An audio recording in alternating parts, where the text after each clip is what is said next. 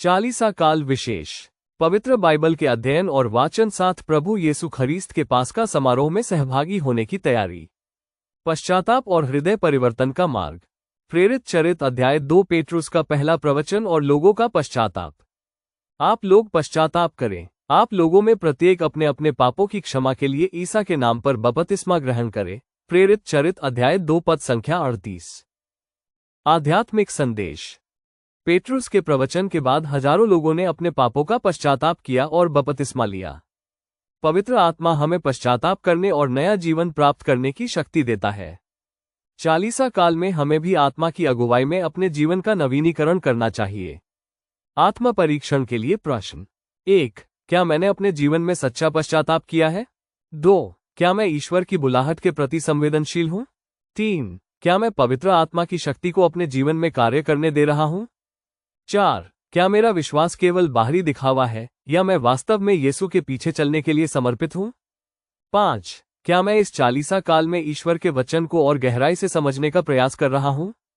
आइए इन बातों पर गहरा मनन चिंतन करते हुए प्रेरित चरित्र अध्याय 2 को पढ़ें और सुनें।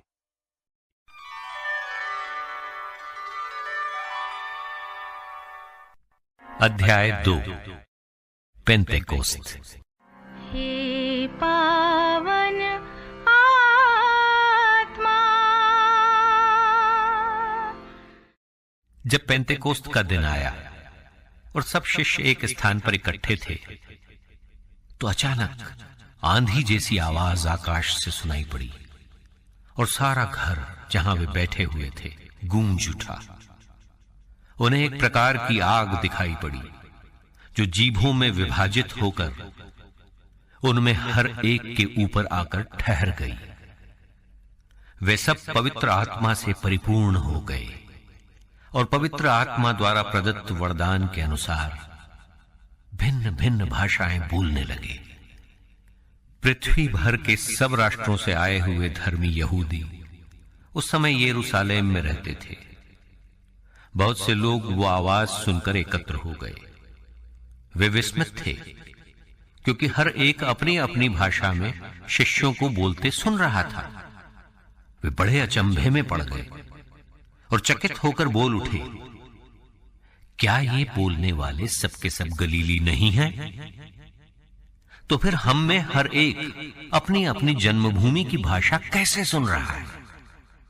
पार्थी, मेदी और एलामीती, मेसोपोटामिया, यहूदिया और कप्पादुकिया, पोंतुस और एशिया, फ्रुगिया और पफूलिया, मिस्र और कुरेने के निकटवर्ती लीबिया के निवासी, रोम की यहूदी तथा दीक्षार्थी प्रवासी, क्रेत और अरब के निवासी, हम सब अपनी अपनी भाषा में इन्हें ईश्वर के महान कार्यों का बखान करते सुन रहे हैं।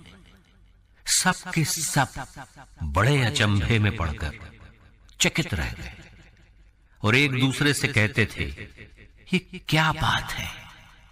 कुछ लोग उपहास करते हुए कहते थे, ये तो नई अंगूरी पीकर मतवाले हैं। पेत्रुस का भाषण। पेत्रुस ने 11 के साथ खड़े होकर लोगों को संबोधित करते हुए ऊंचे स्वर से कहा, यहूदी भाइयों और यरूशलेम के सब निवासियों, आप मेरी बात ध्यान से सुने और ये जान लें कि ये लोग मतवाले नहीं हैं जैसा कि आप समझते हैं। अभी तो दिन के 9 ही बजे हैं। ये वो बात है जिसके विषय में नबी योएल ने कहा है, प्रभु ये कहता है, मैं अंतिम दिनों सब शरीरधारियों पर अपना आत्मा उतारूंगा।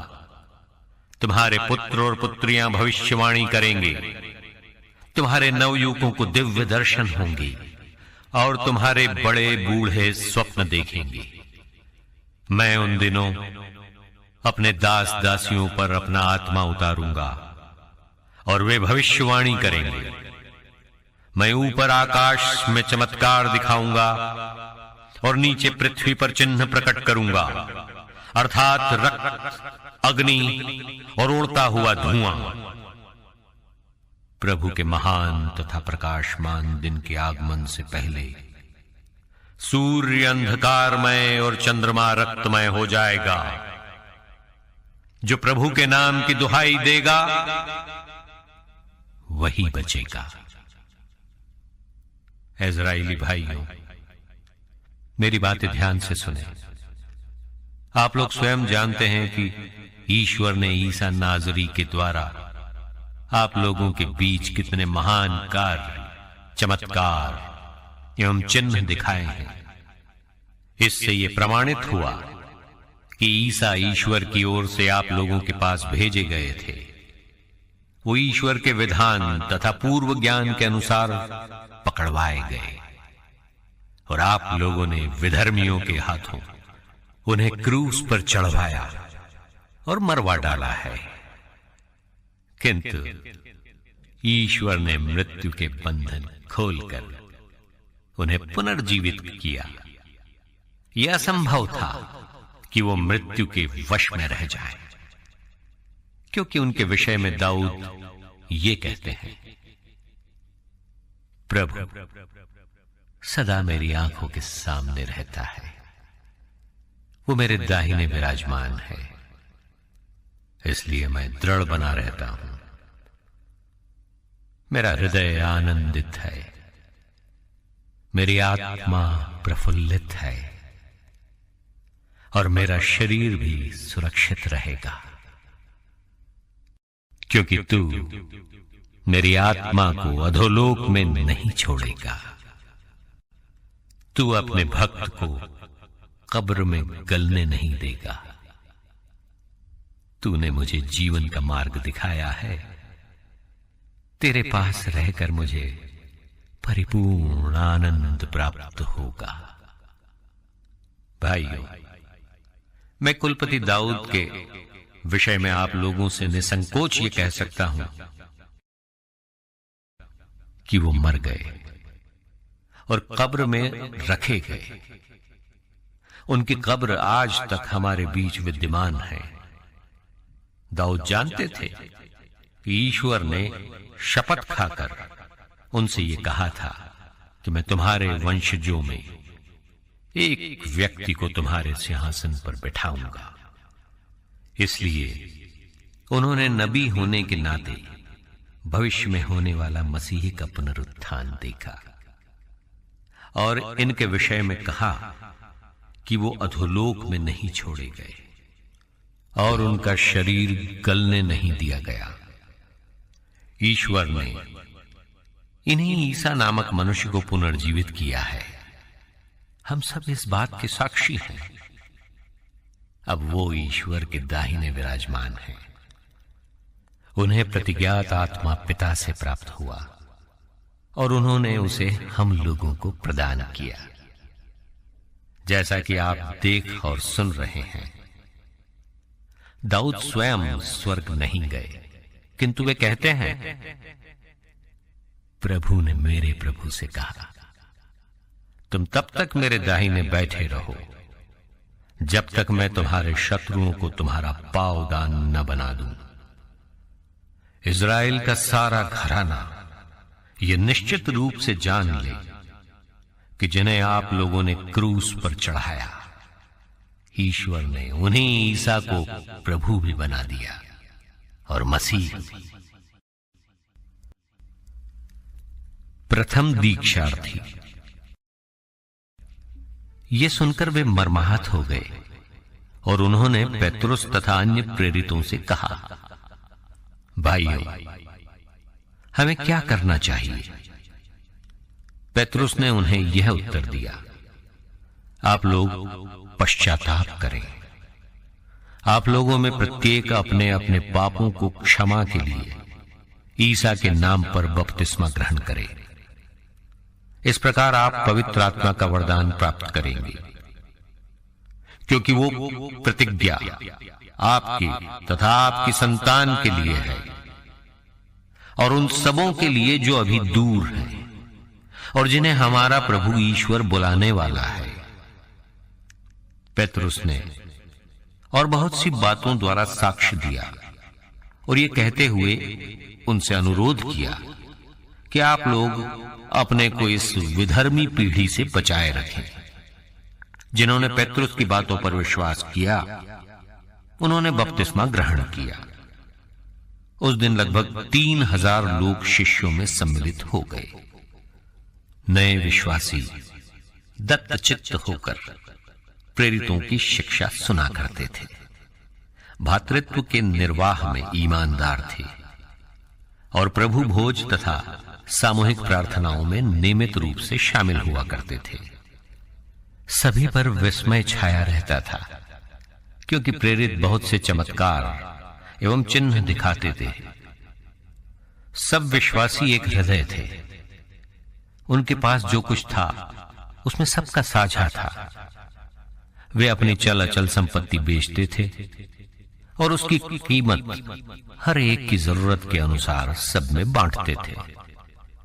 वे सब मिलकर प्रतिदिन मंदिर जाया करते थे और निजी घरों में प्रभु भोज में सम्मिलित होकर निष्कपट हृदय से आनंद पूर्वक एक साथ भोजन करते थे। वे ईश्वर की स्तुति किया करते थे और सारी जनता उन्हें बहुत मानती थी।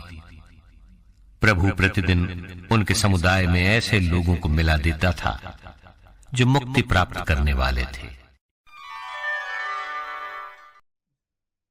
सबको जय यीशु। हम 40 काल में हैं। ये घर वापस लौटने का एक समय है। सबसे पहले सुबह 5:30 बजे हम हर दिन के सुसमाचार पर मनन करेंगे। और ये सामान्य रूप से हम लोग जो मनन करते हैं वो नहीं, ये वास्तव में आपको वचनों पर कैसे मेडिटेट करना चाहिए, मनन चिंतन करना चाहिए, उसको 4 चरणों में रखकर हम लोग मनन करते हैं। उसमें आप जरूर जुड़िएगा, तब आप समझेंगे कि इसका मतलब क्या होता है। वो आपके जीवन को और पवित्र बाइबल को पढ़ने और मनन करने की एक नई दृष्टिकोण आपको देगा। फिर हम सुबह 6 बजे हर दिन एक अध्याय जो हमारे चैनल में हम लोग पिछले कुछ 2.5 सालों से हम कर रहे हैं वो जारी रहेगा। तीसरा है हम लोग दया की माला बिंदी या दिव्य करुणा माला बिंदी डिवाइन मर्सी चैपलेट करेंगे। चौथा जो है 3:30 बजे एक विशेष कार्यक्रम इस साल से हम लोग शुरू कर रहे हैं, वो है प्रभु यीशु के बहुमूल्य रक्त की प्रार्थना। प्रभु यीशु के बहुमूल्य रक्त की प्रार्थना। और फिर शाम 6:30 बजे हम हर दिन जो रोजरी बिंदी कर रहे हैं हमारे चैनल में वो जारी रहेगा। इनके साथ साथ हम लोग हर सप्ताह अभी हम लोग शुरू किए हैं एक अध्ययन प्रार्थना के बारे में, क्रिस्तीय प्रार्थना। क्रिस्तीय प्रार्थना जैसे कलीसिया हमें सिखाती है, पवित्र बाइबल पर आधारित इसकी धर्म शिक्षा हम लोग प्रारंभ किए हैं। इस हफ्ते में ही 2-3 दिन पहले एक वीडियो मैं पब्लिश किया, पुराने भी कुछ वीडियोस हैं। और हम लोग इस 40 काल में विशेष रूप से हर सप्ताह एक वीडियो इसके बारे में लाइव करेंगे। आप उसमें भी जरूर जुड़िएगा। और पिछले भी वीडियोस के लिंक आपको इस वीडियो के शॉर्ट्स के डिस्क्रिप्शन में भी आपको मिलेगा, आप उसको चेक करिएगा। इनके साथ साथ हम लोग पवित्र यूक्रिस्त के बारे में धर्म शिक्षा हम लोग लाइव कर रहे हैं। और रविवार ये पाठों पर जो लाइव मनन चिंतन उसमें भी आप लोग भाग लीजिए, उनको चेक करिए। इन सबके साथ साथ हमारे चैनल में पुराने भी बहुत सारे वीडियोस जो 40 काल के लिए उपयुक्त हैं, जैसे 40 नंबर क्या होता है, राग बुद्ध का मतलब क्या होता है, राग का प्रयोग क्या करते हैं, और भी बहुत सारे रहस्य बातें उस दिन के बारे में। वो वीडियो का लिंक भी आपको इस वीडियो के डिस्क्रिप्शन में मिलेगा। साथ ही क्रूज का रास्ता हमारे चैनल में, मुझे पता नहीं कितने सारे क्रूज का रास्ता हमारे चैनल में है, आप उसको भी देखिए। साथ ही आप इनके साथ साथ 40 काल की हमारी पुरानी जितनी भी वीडियोस हैं उसका भी एक लिंक में यानी प्लेलिस्ट के रूप में आपको मिलेगा। साथ ही यदि आप हमारे साथ जुड़ना चाहते हैं व्हाट्सएप के द्वारा, उसका लिंक इस वीडियो के डिस्क्रिप्शन में आपको मिलेगा। आइए हम सब मिलकर स्वर्ग की ओर, ये जो यात्रा है तीर्थ यात्रा, इसका पूरा लाभ उठाइए। हम सब मिलकर स्वर्ग की ओर यात्रा करें।